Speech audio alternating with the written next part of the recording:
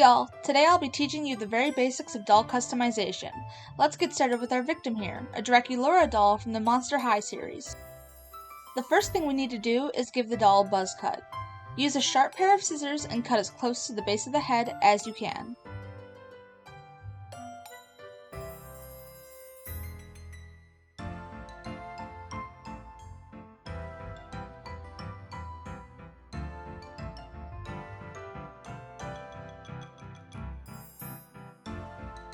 The next thing we need to do is remove the head from the body.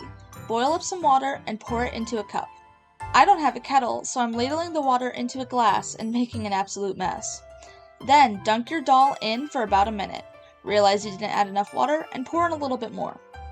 After about a minute, when the vinyl head becomes nice and squishy, use a towel and pull gently to pry the head off of the neck, being careful not to damage the neck peg inside of the head. If you need to, warm the head and neck up even more. You can also use a hairdryer to do this by blasting the neck hole with hot air. Get spooked as the head pops off and knock your camera, and your doll is good to go. Now we need to remove the hair stubble from inside the head. Using a pair of needle nose pliers, push along the inside of the scalp to pull out the old hair plugs and glue. Use scraping motions to try and catch entire rows of hair at a time. Then pull the old glue and hair out from inside of the head.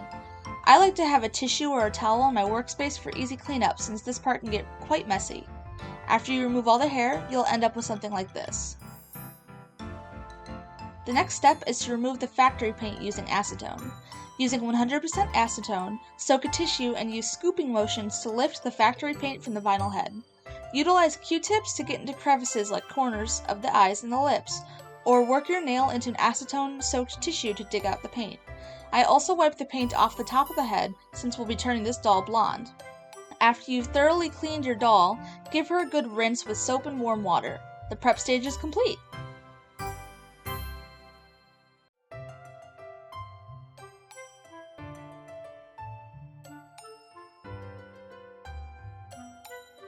Let's move on to the hair. I'll be using these two colors of hair from thedollplanet.com. My rerouting tool is actually just a drill bit with a sewing needle cut on an angle. Before I begin the reroute, I vaguely sketch out the part I want for the doll's new hairstyle to help guide me. Pinch off a small part of the hank to minimize tangling and separate it from the rest. From that smaller piece, pick out a few strands and loop it over your finger. Catch those strands in the eye of the needle and stab it into the head of your doll, in one of the pre-existing hair holes. Do this about 1,000 more times until the entire head is filled. I like to start with the hairline and then work from the smallest sections to the bigger ones. I use twist ties to keep these sections separate. Make sure to plug the part thickly with extra strands of hair so that no bald spots peek out when you set the final hairstyle. When all the hair is plugged, use Fabri-Tac glue to set the plugs by pouring the glue into the inside of the head through the neck hole. Squish the head around and use the nozzle of the glue bottle to ensure that every plug is coated thoroughly. Allow this to dry overnight. After the glue has dried, we can finally begin the face-up. Use a scrap piece of fabric to bind the hair out of the way, making an accurate mask with sewing pins at the hairline. Once the hair is bound, I like to mount the head on a metal chopstick that I've thickened up with masking tape for easy handling. Pop on your gas mask, go to a well-ventilated area, I just go outside or in my garage and keep the doors open, and give the doll's face a good spray of Mr. Super Clear UV Cut Flat. I usually start with 2 layers. Allow the doll to dry for at least 30 minutes in between each new layer of MSC. Now we can bust out our watercolor pencils and begin sketching.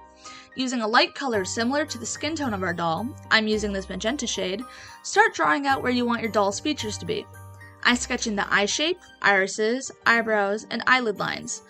Then, using a paintbrush and soft pastels, I work pink tones around the eyes, lips, cheeks, and dust it onto the forehead and nose to create a soft blush. If you use too much pastel, use a kneaded eraser to carve out what features you want. I do this around the lips and the nose.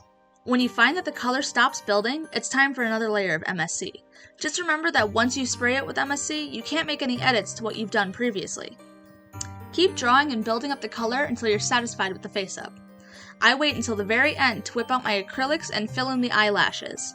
Finally, I spray the last layer of MSC. Using a shiny varnish, I gloss up her lips and eyes to add a little bit of life to her face. Now that our face-up is finished, we can finally unmask the hair and see how well it looks with a new face. Isn't she cute? This is the point that I like to boil wash the hair. Boil up some hot water and pour it over the doll's head, and then follow suit with cold water to set the style. Don't worry, this won't damage the face-up if you've sprayed MSC correctly. To put the head back onto the body, use a hairdryer to heat up the neck hole until it's nice and squishy. This might take a while, and make sure you're careful not to burn yourself. Then, carefully work the head over the neck peg and back onto the neck of the doll. Together at last. Let's get to clothes. We'll make a sleeveless dress with a pretty skirt. Cut out your pattern pieces. I'll be using Delightful's simple dress pattern, which you can find on her Etsy store, but I'll be removing the sleeves from the pattern so it ends up something like this. Pin or trace the pieces onto your fabric and cut them out. Pin the garment with the right sides together so we can zip up the side seams. Then, hem the neckline. I hemmed the back seams as well, but I should have saved this for after attaching the skirt. Oh well. For the skirt, gather a piece of ribbon so it's the same length as the skirt. Sew it to one edge of the skirt and fix the raw edge with fray check. Then, gather the other edge of the skirt. Next, lay right sides together and sew the skirt to the bodice. Pick out the basting stitch once they're attached. Zip up the back seam enough that the doll can fit her booty through this opening. Attach Velcro, a pretty bow, and some straps, and it's all done. Let's make a pair of simple sandals. I'll be using this 2-part epoxy sculpt for the base. Put on your gloves and mix equal parts A and B together and then form a wedged base on the bottom of your doll's foot. After a few hours, the clay is fully cured and can be sanded to perfection since I'm bad at sculpting. I give them a quick paint job with white gesso and spray them with MSC. Now let's make the straps. Cut some ribbon strips and heat seal the edges. Glue one end of a ribbon to the shoe and then measure it over your doll's foot, making sure it's loose enough to slip on and off. Snip the ribbon and glue the other piece in place over the doll's foot so that it keeps its shape while it's drying. You can use rubber bands to help keep the ribbon in place. Next, use an elastic to measure the circumference of your doll's ankle with some overlap. Stitch the elastic together. Grab a little bit more ribbon and fold it over the unsightly bit of the elastic and then glue that to the heel of the sandal. Then, to finish the shoe, use embroidery floss and glue it around the outside of the shoe. After the glue dries, the sandals are finished. You have a cute pair of wedged sandals. And the last step is to play dress up.